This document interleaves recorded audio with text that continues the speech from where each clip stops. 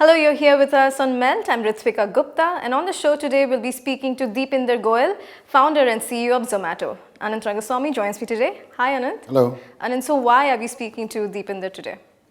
Because if you look at your phone, the chances are you've got the app. Yeah. If you have the app, the chances are you've ordered from Zomato in the last few days. And that you can do with almost anybody your age, and it will be a truth. So, it's big business. The reason we are talking about is big business. It's also a brand. And because it's not as if Zomato is operating in isolation and in a monopoly, it's got competition and it has to fight with the competition and stand out in a crowd. Right, so let's dive into the conversation. Let's get ready to melt with Deepinder Goyal. Hello, and Hi. good to talk to you. Same here. So, to begin with, there's a question which is seemingly obvious, but it's never obvious. What is the business that you think Zomato is in? What's the business I think Zomato is in? So we have a very long-term view to the business that we are in. Right. And we say that we want to change what you eat. Right. And so far we are focusing a lot on how you eat rather Right. than what you eat. Right. But that is actually means to an end. Okay. So if we are able to have a decent amount of positive influence over how you eat, we can use that to be able to influence you to what you eat. Right. So better food for more people is what we call our vision is. Right. And that is more about what you eat. So that gives you a lot of headroom never to pivot. You will just go down this journey. You won't have to ever pivot. Hopefully so, but Right. I think we will have to launch in a lot of new products, experiment a lot with what users need and want, and step by step we should get there. So tell me, who do you see as competition? Because with this vision, the obvious competition is not necessarily competition. Yes. So who do you see as competition in this? So we have different parts of the business, right? So there is food generally is of two types. People going to food and food coming to people. Right. So now in these two segments we have different people we compete with, and we also have a sourcing business from farm to restaurants, Right. and we actually compete with different Right. players in those businesses. Right. So there are like multiple players we compete with. So far there's nobody in our opinion yet who is chasing everything food kind of a vision. So now let's see. Okay. Where it goes. So one of the challenges that any business, not necessarily Zomato, any business which is VC funded and so on has, is a short-termism in your thinking. Because you're trying to make your investors happy every quarter and so on and so forth. However, your vision cannot allow short-termism. So how do you manage that conflict of short-termism versus long-termism? So I think long-term is essentially a vision which you have to stay true to. Right. And then the long-term is built by multiple steps of short-term. Right. In that short-term, you do something which adds up to the long-term, as well as something that finishes within that short-term and gives you the ability to play for the long-term. Eventually, everything is about the long-term. Absolutely. Right? So, and sometimes you have to earn the right to play for the long term by doing something short term. That's also fair game. Right? I mean, that's also part of what we need to do. That's interesting. You use the phrase "earning the right." So, can you give me an example of how you have earned the right? How Zomato has earned the right to play to stay in the long term? So, if you say, if you look at the vision of better food for more people, right? It's more about food and like better food for more people. The food delivery battles and the discounting wars and all of those things, they're not really going to add up to better food for more people in the Sure. long run. But we have to win this to be able to have the right to affect Absolutely. better food for So more people. this is a sort of go-to-market approach that you have to go through. Absolutely. And short term could very well last for 5 years as well, right? Okay. So it's not about short term is never 3 months or 6 months or 1 year. So- it could be 5 years as well. So can we stop calling you a startup? Are you a startup? We don't know. No. What do we call you now? Is it a startup? Now, for example, let's say in a brick and mortar world, if a factory was 5 years old, you didn't call it a startup anymore. I agree. So if you were manufacturing chairs or something like that. Yet in this business, we still call you a startup. Why is that? And are you a startup? I don't Or is know. startup a state of mind rather than age of a company? I think so, right? Right. Because we still don't think that. I think, like, let's say let's look forward 20 years from now. Right. We might not even have 10% of the products that we will have 20 years from now. So in that sense, I mean, we're still looking for a lot of product market fits. We're still building businesses from ground zero. Like, I mean, so startup is more about the culture of an organization rather than the state of an organization. Like, state is like whether you are profitable, how old are you, all those things. I mean, they don't really matter as long as you're still day zero in your head. Right. Now, one of your routes to communicate with your audience, one is a lot of them are captive because they've downloaded your app and they are transacting with you. One of the ways is social media. One of the ways is in-app that you talk to them. So that requires a lot of empowerment of your team, which creates the communication which talks to them. So carry me through your communication and how you go about it. I'm not talking about a big film that you might do or a TV series. I'm talking about everyday. You're talking about messages and tones and like what are the principles that we follow behind every word that goes out to our customers, our partners. I think the first and the biggest principle that we follow is speak the truth, right? So and no matter what, like put your honest, truthful feelings out. What do you think? What do you feel? And there are going to be people who don't like what you're saying, but there's no point optimizing for satisfying those 5-10% people right now. And does it also mean less training, because you don't have to train people? We don't have to train people. Like, I mean, if you are only focused on the truth, you don't have to train people on anything else, right? So, and consistency over years also gets maintained. Like inside the organization, nobody should be able to call you out that you were actually bluffing, right? Because then we lose the ability to lead our teams who should trust us in terms of what we say and what we do. And one single lie or one single, misarticulation of any fact or truth is going to completely destroy that, and that's not something that you do if you're building something for 20-25 years out. Right. You know, in this sort of fast changing world, one of the things that consumers want from large companies that they deal with is a sense of purpose or your ability to take a position on things that matter to them. So what is your sense of purpose? What purpose do you serve other than your vision? Vision is also a purpose of sorts. For us, that is the purpose, but it doesn't yet articulate, it doesn't yet manifest in terms of the day-to-day interactions that we have with the users. Our hyperpure business is still very, very young, right? And it's 6 months old, and those that is the business which we need to increase in terms of touch points of the customer, and let's see where that goes. But right now we are more focused on how and actually providing the highest quality service to customers so that they stick to us for the next 15-20 years of their life. So hyperpure is interesting because the obvious stakeholder is the person who orders food, or in or out, as you said, whatever that may be. And now you're saying no, there's one more very important stakeholder, which is people who create the food which consumers eat. You know, and so tell me about hyperpure. Why you do it strategically or financially? Why is that important to you? So we think that in order to change the basic fabric of the quality of food that is produced in a country like ours, you need to educate customers at scale, right? So we don't know whether the vegetables that we are eating are actually full of pesticides, whether the meat that we are eating is full of antibiotics. We don't know any of these things, right? And customers don't even know that they should be asking for X versus Y, right? So, and a lot of B2C companies have tried to change the customer's mindset, but that's been more of a niche phenomena. And and since the demand is low, these companies are never able to get a large enough demand base to be able to bring their prices down to a level where more people can buy.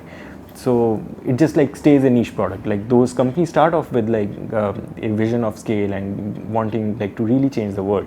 But given how the market structure works, they're never able to get to a point where a lot of customers are eating their good food. So are you going to be India's biggest farmer? We don't want to grow or cook. That's for sure for us. Like there is a entire value chain of food, and there's the grow part of it, and there's the cook part of it. We're like, okay, we're not going to do any of these two things. We're going to partner with farmers, we're going to partner with restaurant owners, and we're going to pretty much do everything else that comes between farm and folk, right? And we think that this B2C business doesn't really scale, and even Whole Foods in the US sold to Amazon for $17 billion, I think. And it seems like a very large company, but if I'm not wrong, that was just like 1.5% of the grocery market of the US. Right. So it is still niche. Right. So we think that over time, customers are going to eat from restaurants. They're going to eat out or order in way more than they cook at home. Right. There is this thing which is going on that ghar ka khana is now moving to ghar baithe khana. Okay. And that transformation is actually underway. And it's interesting you're saying that. The essence of ghar ka khana was trust, right? So how do you bring that ghar baithe khana, but bahar ka khana? How do you bring the trust with it? We have that's what we need to do, right? So we have this triple AQ framework under which we measure whether the restaurant industry and whether the services that we provide to the user are actually making sense. Triple AQ: affordability, assortment, accessibility, and quality. If we can solve for these four things, like say 10 out of 10, there is no reason for you to cook at home, right? And quality also means cleanliness of food. Hyperpure is our biggest push in terms of quality to the customer. And if we are able to say that if you order from this restaurant or if you go out to this restaurant, with the ingredients that you will have that this restaurant uses are actually Hyperpure certified, and that means that they are pesticide free, antibiotic free, and you're less likely to, have any adverse effects to your health, even compared to home food. Right. Because most of the stuff that you're buying are not certified anything. You don't know anything what's gone behind behind that food. Now tell me, in a business like yours, I am a consumer of Zomato. I'm a customer of Zomato. But you cannot have control necessarily over everything that the back end does. That there's a restaurant. The restaurant lets me down. I get angry with Zomato. If anybody that I interact with through Zomato lets me down, the delivery, if the delivery is poor, it comes poorly packaged, I get angry with Zomato. How do you solve for that? Because that's increasingly an important part of your business. See, it's a very operationally heavy business, and it actually relies on hundreds of thousands of people to enable the kind of customer experiences that we do. Things are going to go wrong. Right. One of the things is that we have to make sure that the marketplace of different partners is as clean as possible, and there are less bad actors going forward, right? So we have enough data, we use the data to make sure that there are less and less bad actors going forward. If a restaurant is getting lesser ratings, we are going to make sure that it gets less orders going forward as well, right? And if so that'll be algorithmized. Yes.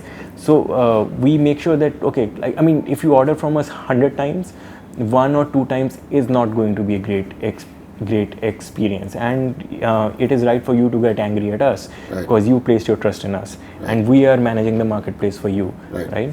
But over the next few years, we have to make sure that this 1 or 2 out of 100 drops to 0.1 out of 100, and the rest of the great experiences that you have more than compensate for what went wrong. Right. And that's how we think of customer satisfaction in our sector. Right. Now, finally, we've spoken about a lot of businesses that you're in, whether it's Hyperpure or the delivery system itself. One of the businesses that you've willy-nilly begun is you're a media by yourself. You're a medium. People advertise on you and so on. How do you manage that business? Because you're competing with any other media house in that business. So, our advertising revenue is entirely from restaurants. Right. 100% from restaurants. But tomorrow, let's say BMW wants to advertise, because if consumers are buying from a certain restaurant, there are a lot of demographic cues I get about the consumer. Suppose I want to advertise as BMW on your page. We keep getting these requests like forever now, but we've never actually had a BMW kind of an advertiser on Zomato. We've always stuck to food. So anyway, get back to my original question. So how do you manage that part of the business? So it's purely that you need to have a minimum rating. to be able to advertise on Zomato. So I have to qualify to be able to advertise? Yes. Right, okay. Because we don't want to advertise a bad product to the user. That would be counterproductive to the product that we're building for the long term. Right. So, do you have a machine as in a sales force to sell, or is it a passive thing where it just comes in? It's a mix of both things. Like, so in all our newer markets, we'd have a sales force which goes out to restaurants and tries to get in ad revenue. And some of the older markets, almost 70% is actually inbound now. It's not out. So tell me, you're getting into the content generation or creation area as well. So tell me, why do you feel the need to create content? I think content is the only way to actually educate the user about what they should be eating finally. Right.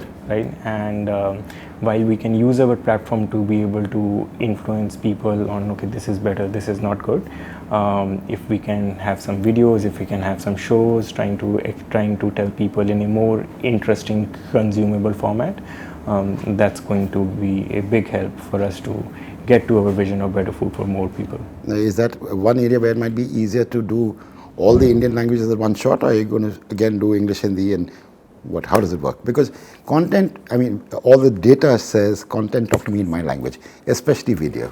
So we're doing Hindi and English upfront, and we'll have to do more languages of course.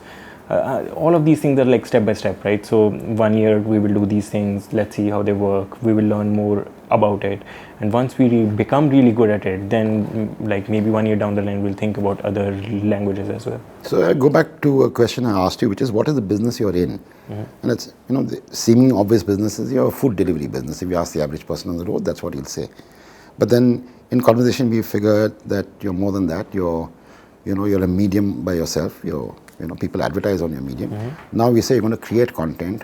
So is this going to be do you have the competence? How do you build the competence to do this? Because if I see an ad in the paper saying come and join Zomato, I would automatically think, join for something to do the food delivery business. Now you're going to get hopefully creative people excited to join you. So for the masses, that's true, that they think that we're just a like food coming to people kind of business, but we have like 1 million gold members as well, and they all use us for dining out. And for the first 8-9 years of our life, we were a restaurant review business, which was technically a content business. Right. Now the content wasn't coming from us, the content was coming UGC, from customers, but it was a content business, and there are a lot of people who come to consume content at Zomato. So it's not really different from what we do. And I think a lot of our target audience in terms of getting people to work at Zomato, they have used us in multiple ways. So they know that we stand for something more than just getting food to your home. So as a consumer, will I consume your content only on the app? Or could I consume it perhaps on, when I'm just on Facebook or on Twitter or Instagram or wherever? So the truth is that today you will only be able to consume it on the app. We don't know what it will look for 3 months from now. We will learn more. We will take calls going forward. I don't know yet. Yeah. So the final question I'll ask, every day you just sit in your office and you're generating data by the millions of data, kilobytes or data bytes or megabytes or whatever. How do you use data to help you do your job better? What are the most critical areas where you use data? So the biggest area that we use data is actually personalization for you. Right. So these are the kind of restaurants or foods that you liked. So, we will use some clustering algorithms and try to give you more of what you might like. Because people like change, people like to try something new. But that new doesn't have to be so different that you hate it, right? It's going to be close to my current. It has to be 20% close, and then once you become comfortable with stepping out of your comfort zone by that much, then you show some more and show some more. So eventually, we want all our audience to be able to eat everything, taste everything. Okay. Now, what leads me to the last question in this is, why can't I, as a Tamilian, order in Tamil? Or order in Bengali, or order in Odia, or order whatever? So it's a operational issue rather than an intent issue. Right. Very soon you will be able to, but for that we have to translate all our menus. So there's just like so much work to be able to enable that. That's never frightened you? Work has not frightened you so far. It's just a different kind of work, right? Right. We have never had the muscle in terms of. I mean, we didn't even have the tech to do that until about a month ago. So now we've built those features, we built that backend, we're now starting to do those things. I think you should see something very soon. Okay, so tell me in one sentence, Zomato in 2025, how would you describe it? Zomato in 2025, it's way too short term. Okay. I can maybe describe Zomato to you in 2040. Sure. And that is, I think, a lot more people, maybe like, let's say 300-400 million people in our country will have access to clean food. Perfect. Thank you so much. Thank you. That was the conversation. Anant, what can marketers take away from this chat? I think a few things. One is, I tried to get him to use the word pivot. He doesn't use it. I think it's fantastic for everybody in the startup space. The second thing I admire about this man is he's got complete clarity on where the company is headed, where the business is headed. So it's not just marketers. I think every employee of Zomato or stakeholder of Zomato can have a look at this and say, wow, okay, that's where this company is going. Right. And well, you never know which company is going where, but you certainly know I've got a CEO who's got a vision, and that's fantastic. That's great. On that note, it's a wrap on this episode of Melt. I'll see you next week, same time, same place. You can also watch all our content on our social media platforms. Our handle is Ready to Melt. Goodbye.